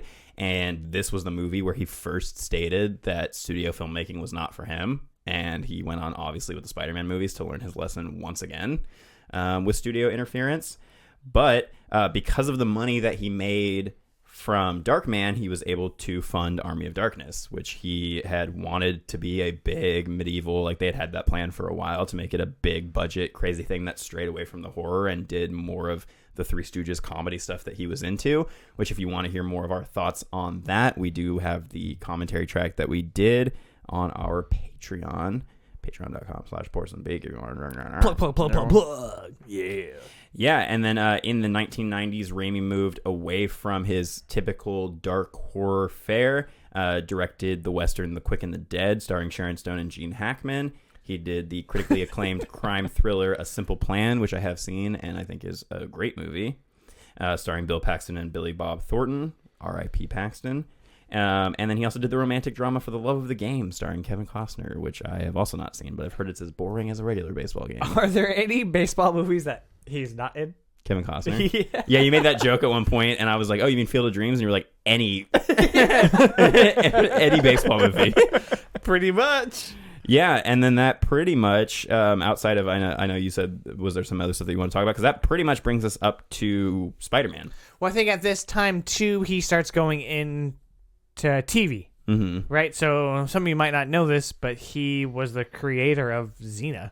Oh, shit. The Warrior Princess. That makes sense because I feel like there's a lot of like Sam Raimi type Army of Darkness type stuff in Xena and the Hercules show. And then Lucy shows up in Ash vs. Evil Dead. Yeah. So they have a working relationship. So That's I thought that was I cool. loved Yeah. Xena when I was a kid. Which I think then leads into Hercules. Aren't they all connected in some way? Yeah. Or something Hercules like he show tried to and build a Xena little show, TV. Yeah. Raimi verse. And I feel like that's kind of his dipping the toe into that producer realm, which we mentioned earlier in the show, which we'll talk about later with his later career. Because that's pretty much what he's outside. done, yeah. That's pretty much what he's done post, like we mentioned, Spider-Man and Oz the Great and Powerful has pretty much been producing a lot of really garbage horror movies. Yeah, for the most part. Yeah. Yeah.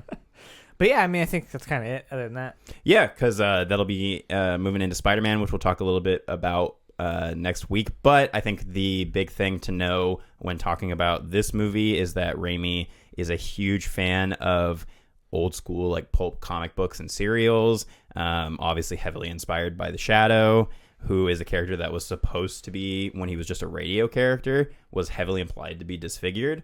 That was something that was kind of retconned as that character evolved into being in illustrations and being in print and stuff, which is where Raimi obviously took the idea for his Darkman character.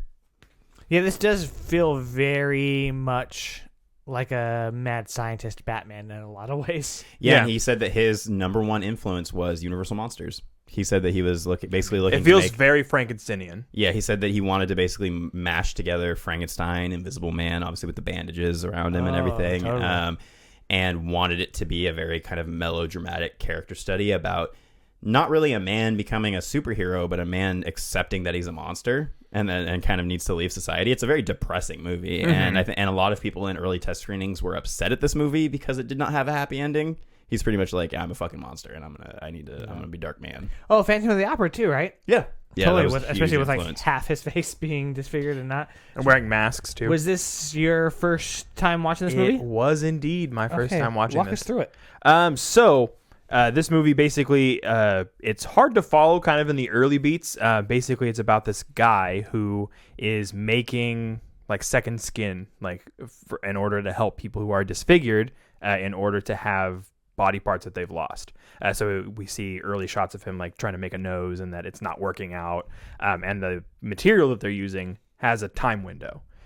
So during this time frame, there's also this subplot of this like seedy underbelly like gang. Yeah, and the classic villain who wants to build a city like RoboCop. Like there's the real estate mogul type like criminal guy, and then the underling gangs led by Durant, who has or as I like to call him, Freddy Got Fingers. Got lots of them. Yeah. But yeah, I think I agree with you that it's a little bit like, wait, what's going on? Because at first I didn't really understand why they blew up the lab. And then later on, obviously, it's revealed that that guy just wanted to get a piece of ass. yeah.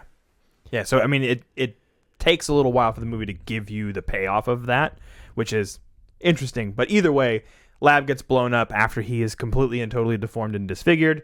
And from there, he has another doctor, after basically waking him up from a coma, has severed the part of his brain that allows him to feel pain. He gets the kick-ass procedure. Yeah, and I was going to say that Kick-Ass ripped this straight off, which is weird. Yeah. But I think both properties are perfectly fine. I do think that this really leans into like that, oh, I'm a monster, how do I deal with this? Well, and I love that idea that because he's had his ability to feel physical pain taken away, his emotional pain like ramps way up. His aggression and everything ramps way up. So it kind of explains his descent, not only his disfigurement, but what's happened to him like physiologically and internally all plays into like why he goes completely insane, basically. Yeah, that almost kind of bar for bars and then twists Daredevil in the fact that Daredevil doesn't have his sight, so all of his other senses are heightened. It's his physical senses have been removed, so now his emotional senses are heightened. And we get that represented in some of the kookiest Sam Raimi montages I've ever seen like in a movie. Fire in the eyes, and there's one that has a shot background of him like on a stage, and he's got like a big Liam Neeson head on like a little puppet body, and he's like dancing around. And then they used some of the shots of like the synapses and stuff got ripped and used directly in the first Spider-Man movie. Yeah, in his montage after he gets bitten by the spider, which is, it's just like the more we watch these movies, the more we see like, oh, that person was in this movie and that person was in this movie. Yeah, I think it's cool to see that Raimi isn't really like exactly ripping stuff off. He's kind of homaging, kind of in the way that Tarantino does with a lot of his movies, where he likes aspects of other things and brings them into his own vision. I feel like that's what Raimi's doing here. With everything that you just mentioned, this is kind of him pulling and picking what he likes and making his own thing out of it. And I think for the most part it works. Yeah, well, and he said that he basically wanted to find a way to bring a comic book to the screen, and many people have tried to do that exact same thing in the early days when comic book movies weren't everywhere all the time. Ang Lee is the example I think of as a person who tried and failed at translating a comic book to the screen because he took it very literally and did not understand comic books and was just like, well, what if I just put a bunch of frames on the screen and had them all move around like a comic book? This is like, no, he's taking the stuff where it's like everything is goofy, but it always takes itself seriously. And that's something that I think Raimi is really, really good at in all of his movies, is as insane as stuff in like Evil Dead 2 gets, maybe not Army of Darkness because that's straight up comedy, really, but in Evil Dead 2, like as insane as things get, they're always still scary for the most part. Like, and there's always some sort of like tension. It's like, okay, yeah, he's joking around with his dismembered hand, and like it's a very serious moment. And in this, like, he doesn't sacrifice what I think is a really strong character in Darkman and his evolution for the rampant goofiness. It's there, it exists, but it feels like it's because that's the world you're living in and that they're living in, and not necessarily because you're trying to force some sort of comic book aesthetic on all of this. I think that the reason why a lot of this works is because I don't know if anybody but Liam Neeson could have pulled off that weird little gray area that you're talking about. Like in The Gray? Other than Bruce Campbell, who was originally supposed to be this part. And he is, for a shade at the very end. He's the classic, like... And little trivia, he is for more scenes, but it's his voice, because Bruce Campbell, if you listen closely, came in and did ADR, so anytime Darkman goes, Julia! It's actually Bruce Campbell yelling that line, and he does a few of the villains, and Sam Raimi does the voice of the black helicopter pilot on the bullhorn. So random. Speaking of Julia, though, Frances McDormand was mint. So surprising choice for...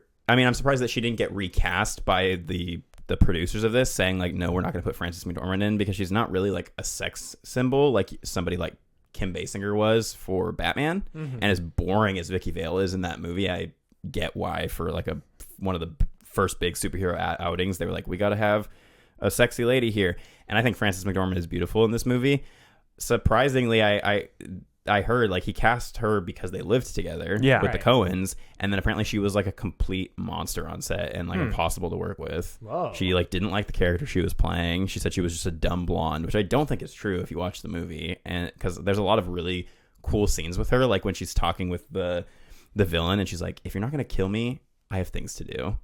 And I'm like, she's a very strong character up until you get the classic thing that Raimi does in literally every Spider-Man movie, which is damsel in distress hanging off of something at the end. Yep. Which is one of a million things that are pretty much just pulled directly from this movie and put in Spider-Man. There are shots like when in the lab when Liam Neeson's getting his face smashed into the cabinets and you're getting it from the perspective. He does the exact same thing with the guy who kills Uncle Ben, where he gets his Peter like shoves his face through the mirrors. You get an alleyway that's like moonlit with tons of rain, which is just like the scene in Spider-Man 1. You get a whole end climactic battle on an unfinished building, which not only went on to be the set piece for Spider-Man 3, but then the set piece for No Way Home. You got like I said, the reused montage footage. There's even Raimi's handwriting shows up, and it's the same handwriting that is Peter's handwriting in Spider-Man when he's making his costume. So there's just like, if you are a fan of the Spider-Man movies like I am, to where you've seen them like 100 times each, then this movie is really fascinating to watch, to see how much this really was his training wheels to doing like a big actual superhero who existed in comics. And I think it's so cool that obviously he's able to make it work because he has a passion for the type of material and he understands it. Also, Ted Raimi gets his head squished by a truck. Yeah, and it's hilarious. I love that. And awesome. See it. You just hear Yeah. That's Raimi probably toning down his stuff, because there's a lot of this movie that got cut out because apparently it failed miserably at its original test screenings. Some people said it was the worst movie they had ever seen. Then they screened it again with Elfman's score, and it tested way better. But people were still thinking that, because apparently this movie was way fucking crazier and off the wall. There was a lot more stuff. Bruce Campbell said there's an entire scene where the villain like pours a bunch of like gold coins onto his bed, like the real estate guy, like a bunch of gold coins or money or whatever, and then strips completely naked and like has like a whole like scene in the bed. Dude, and, sign me up for all of this. Yeah, and Campbell said it was his favorite scene in the movie, and it got cut. And You can see why, though. But still, sign me up for that shit. I want it. Give me the villains are pretty weak in this. The movie is about Darkman. Yeah, but you get so much flavor. One of the dudes has a gun leg, and some more shit that got ripped off by Robert Rodriguez. Oh yeah, man. I think it's this just movie is wacky. You don't see many movies that have just this much character anymore. Like, really, there's just so much energy to everything. Everything's so kinetic, and that really carries over for something like Evil Dead 2. But you can tell he's toned down in places. Something that I used to refuse to watch this movie, because when I was a kid, the scene when he gets attacked in the lab and he gets his face dipped in acid, I used to have nightmares about that scene all the time, because the idea of like having your face submerged in acid and burned off freaked me the fuck out. And then anything that's even remotely like burn victim or corpse like freaked me the fuck out when I was a kid. So of course, when he's all deformed and everything, I was like, no thank you, I'm out. No Darkman for me. But now it's kind of goofy, because whenever he's doing his little, like when he's practicing his line, when he's trying to get Durant's voice down, and he finally gets it down, and then he's like, Yeah. he's just like chattering away like little like joke teeth. So, being your first experience, having just watched a bunch of Sam Raimi, having just seen Multiverse and Madness, how did you feel? I feel like it's Sam Raimi. Like it's just fun. It was what you expected going in. Yeah, it's fun. It's wacky. It's over the top. I want this other cut that has more fun and over the top and wacky.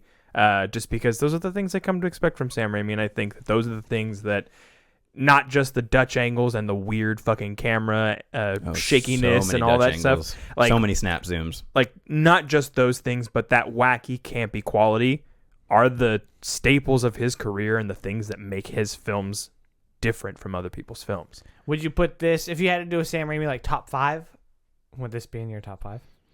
That's tough, because it's probably like Spider-Man 2, Spider-Man 1. Spider-Man 2, Evil Dead 2, Spider-Man 1. Evil Dead 1. Yeah. Drag Me to Hell. Yeah. It's hard. Top 10 though. You definitely top 10, because I don't think he's made 10 good movies. Yeah. Hey, well, you never know. Maybe John's a big baseball fan. That's true. I'm big not. Costner fan.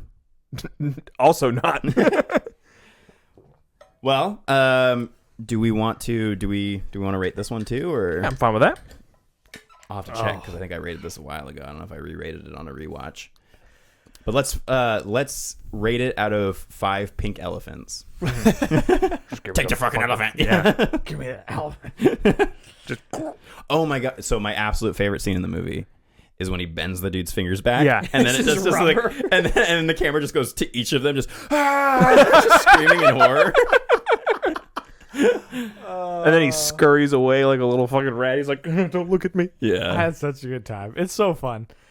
I will give it a... Ooh, excuse me. Come on, man. We're almost to the end. I just hadn't thought about rating it. So I'll say 4. I'll give it a 4, I think. If I'm just putting on the spot. Just because it's such an early comic book idea, but it's original story, which I think is really cool to see that he was just like, fuck it, I can't get the rights. I'm going to make a comic book movie.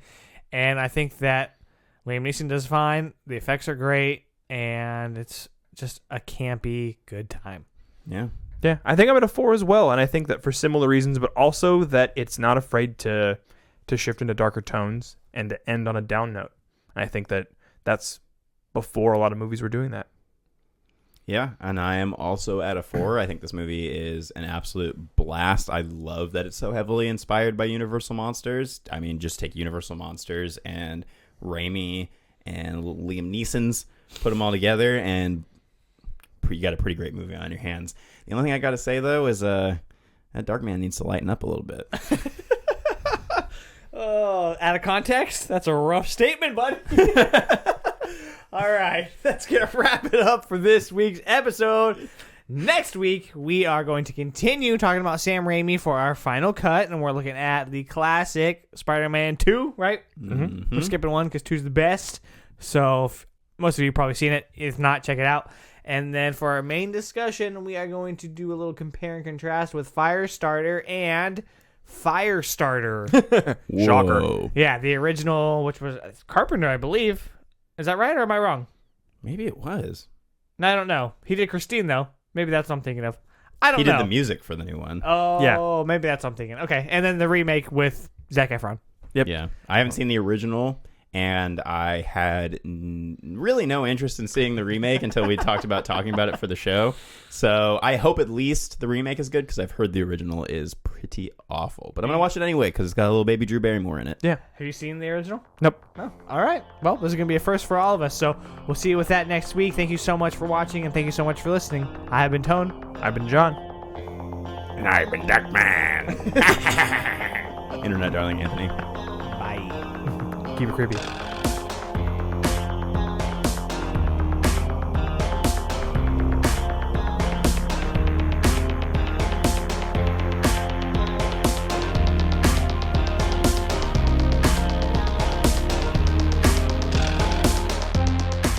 For exclusive episodes, early access, merch, and to support the show, head over to patreon.com/Porcelain Peak.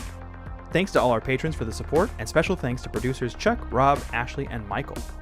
You can find Porcelain Peak on Apple Podcasts, Google Podcasts, Spotify, Stitcher, and TuneIn.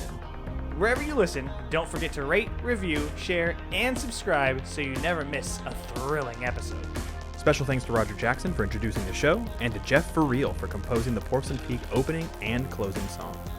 All content and episodes are written, produced, designed, and edited by the Porcelain Peak team, consisting of Anthony Perez, John Brasher, and Anthony Silva.